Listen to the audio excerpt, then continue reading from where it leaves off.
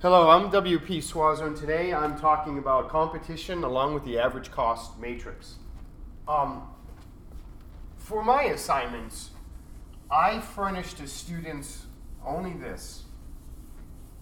these items, a cost matrix for 1 through 6 units, furnished with what fixed costs are, and I give them prices, usually not 5. You'll see what significance these last 2 prices play, but I certainly give them the top 3.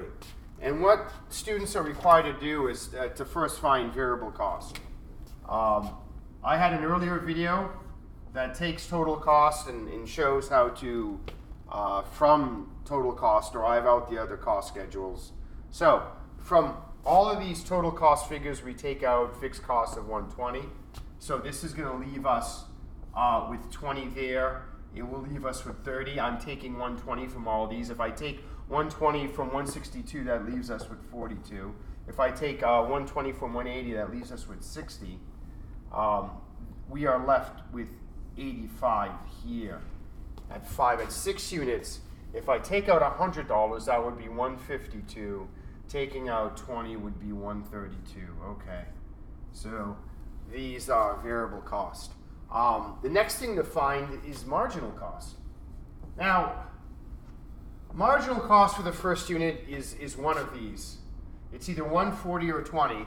But the other thing to bear in mind is that in the beginning, marginal cost declines. So, whether it's 140 or 20, we know that going from 20 to 30 or 140 to 150 is a difference of 10.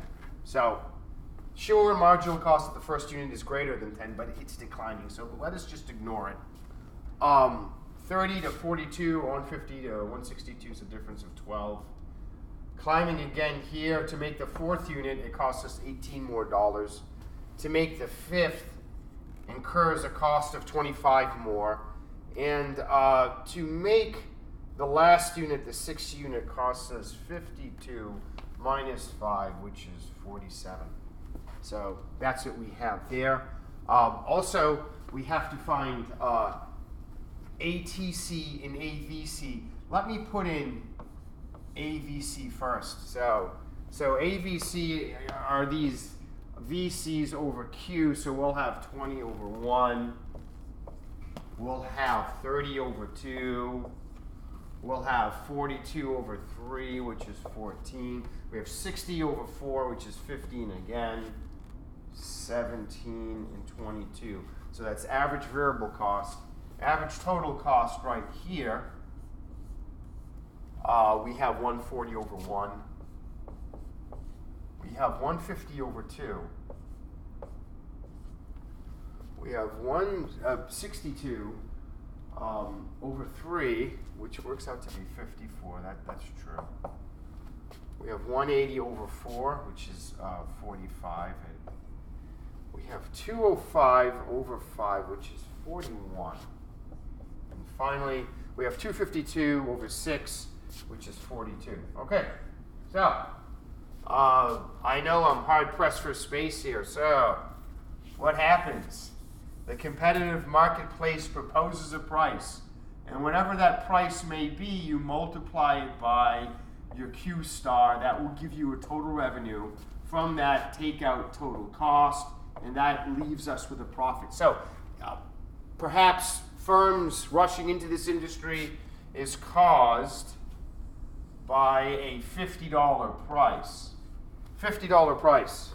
So if I'm paid for $50 for each one I make, shall I make the second? Absolutely. Getting paid $50, it's costing me $10 more. I'm getting paid $50 more. I make the second one. Do I make a 3rd unit, which will cost me $12 more? I'm getting paid $50 more. The 3rd unit is a good idea. Do I make the 4th unit, which will cost me $18 more, listed as marginal cost? I'm getting paid $50 for each one I make. I'll certainly make the 4th one. The 5th one costs me $25 more. I'm getting paid $50. Yes, I'll make the 5th. The 6th one's going to cost me $47 to make the last one, the 6th. I'm getting paid $50 more. I can just justify making the 6th. I don't have data for a 7th one. So Q star is 6. My total revenue is 300. Total cost at 6 is listed as 252. So I walk away with a profit of 48. Right. 48. I emphasize the positive. This will only cause more firms to rush into this market, whatever this industry is. Let's say price plummets to 20. So I get paid $20 for each one.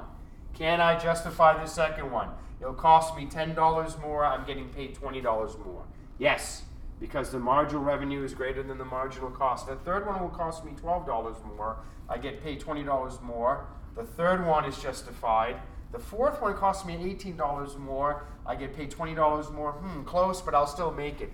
The fifth one will cost me $25 more. I'll get paid $20 more. The fifth one is a loser. It costs me more than when it brings in. I don't make the fifth. Q star is 4. So my revenues are $80, but to make 4, my total costs are $180.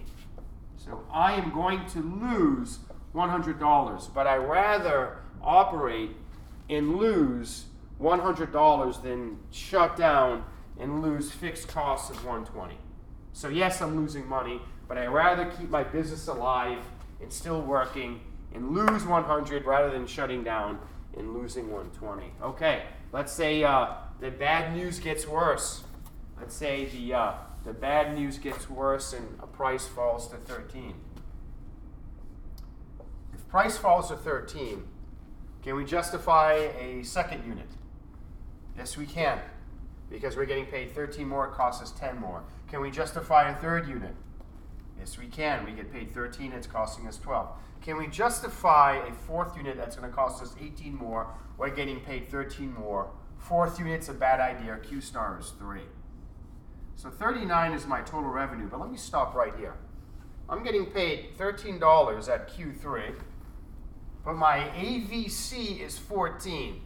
So I can't even pay all my variable costs.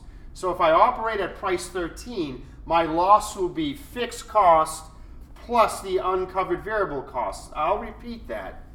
$13 price, the best quantity is 3. The best quantity is 3. But it doesn't even pay all my variable costs. So I'm going to lose some of my variable costs and have nothing to pay to my fixed costs. So $13 a unit doesn't even pay all my variable costs, so I'll lose some of my variable costs and all of my fixed costs. What is this loss going to look like? Well, to make 3, the total cost is 162. The total cost is 162. So I'll be losing $123. If I were to shut down, I would only lose 120. So at price of 13, no go. I will opt to shut down. Some years ago, the price of gasoline fell so low, the press went out and interviewed oil platforms on the West Texas plains, and the manager said, hey, it's cheaper for us to shut down the operation and pay these guys unemployment benefits. So that's a real world example of shutdown. What is the lowest price this firm will accept in the short run? The lowest price is also at 3Q, but it is $14. Because at $14, the loss will equal negative 120. At $14, we'll make 3. So 3 times 14 is 42. And our total cost is 162. So we'll lose 120. So our short run minimum is right here, $14. This is the price that firms will begrudgingly, with misery, operate in the short run. In the long run, will they accept these or any losses? No, they won't. In the long run, the fair price, the lowest price firms will accept is this one right here. Any losses will cause them to exit. Any profits will cause new firms to enter and cause instability in the marketplace. So if we look at this here, at 41, we'll make 5 units. At 41, we'll make 5 units. So our total revenue will be 205. Our total cost will be 205. We'll have an economic profit of 0, which is normal. This is the only price that can bring stability to this market. I know it's difficult to look at zero profit being a normal profit, but it's the only one that provides stability. Profits will cause more entrance, influx, cause things to be shaken up. Losses will cause firms to leave. And the beauty about mathematics, it could give you this message in such a compact realm here, such compact terms. I hope this has answered some of your questions, and thanks for watching.